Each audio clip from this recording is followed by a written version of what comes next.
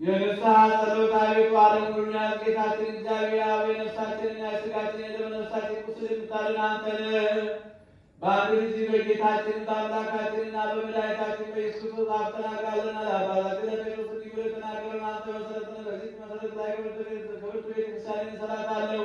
የሲኦልን ደጆች ሊያጠፏትና ሊያነዋውጧት አይችሉም። ለአንተ መንግሥተ ሰማያት መክፈቻ እሰጥሃለሁ። በምድር ያሰርከው በሰማይ የታሰረ ይሆን ዘንድ፣ በምድር የፈታኸው በሰማይ የተፈታ ይሆን ዘንድ።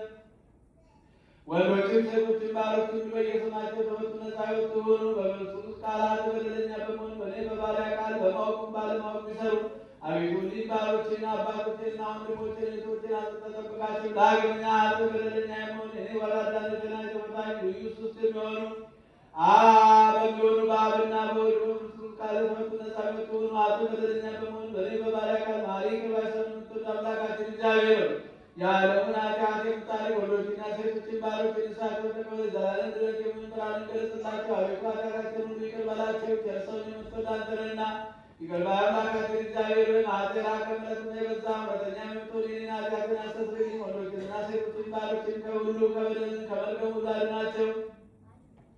በቃላችንም ቢሆን በሥራችንም ቢሆን በሐሳባችንም ቢሆን አቤቱ አንተን ብንበድል ተውልን፣ አስተስርይልን፣ አቃልልን፣ ይቅር በለን። አምላካችን እግዚአብሔር አንተ ከሰው ወዳጅነና ቤት ወጣን ነፃ ወጣን አድርገን ወገኖቹ ልብታቸው አዜሙን ባሪያና ፍታይ ብፁዕ ክቡር የሚሆን ጳጳሳቱን አለቃ አባ ማትያስን አስበው። ብፁዕ የሚሆን አባ ሳሙኤልን አስበው። አምላካችን ለብዙ ዘመናት ለረጅም ወራት በእውነትና በሰላም ጠብቅልን። አቤቱ ሀገራችን ኢትዮጵያን ሰባት የሚጣላትን ጠላቶችን አስገዛላት። የጳጳሳቱን አለቆች ጳጳሳቱና የኤጲስቆጶሳቱ ቀሳውስትና ዲያቆናቱን አበዊትና መዘምራኑን ደናግሉና መነኮሳቱን ባልቴቶችና አባትና የሞቱባቸውን ወንዶችና ሴቶችን ሽማግሌዎችና ልጆቹን ክብርት በምትሆን በዚህች ቤተ ክርስቲያን ያሉትን የቆሙትን ክርስቲያን ወገኖች ሁሉ ክርስቶስን ማመን አጽናቸው።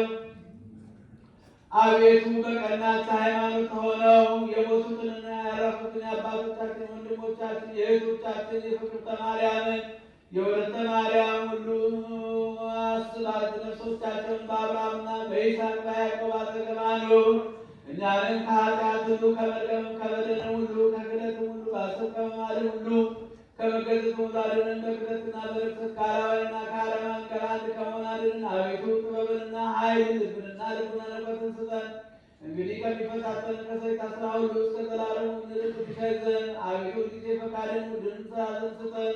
ስማችንን በመንግሥተ ሰማያት በሕይወት መጽሐፍ ከቅዱሳንና ከሰማዕታት ሁሉ ጋር ጻፍ። በጌታችን በኢየሱስ ክርስቶስ በእርሱ ያለ ክብር ሥላሴ ይገባል። ከእርሱ ጋር ከመንፈስ ቅዱስም ጋር ዛሬ ዘወትርም ለዘላለሙ አሜን።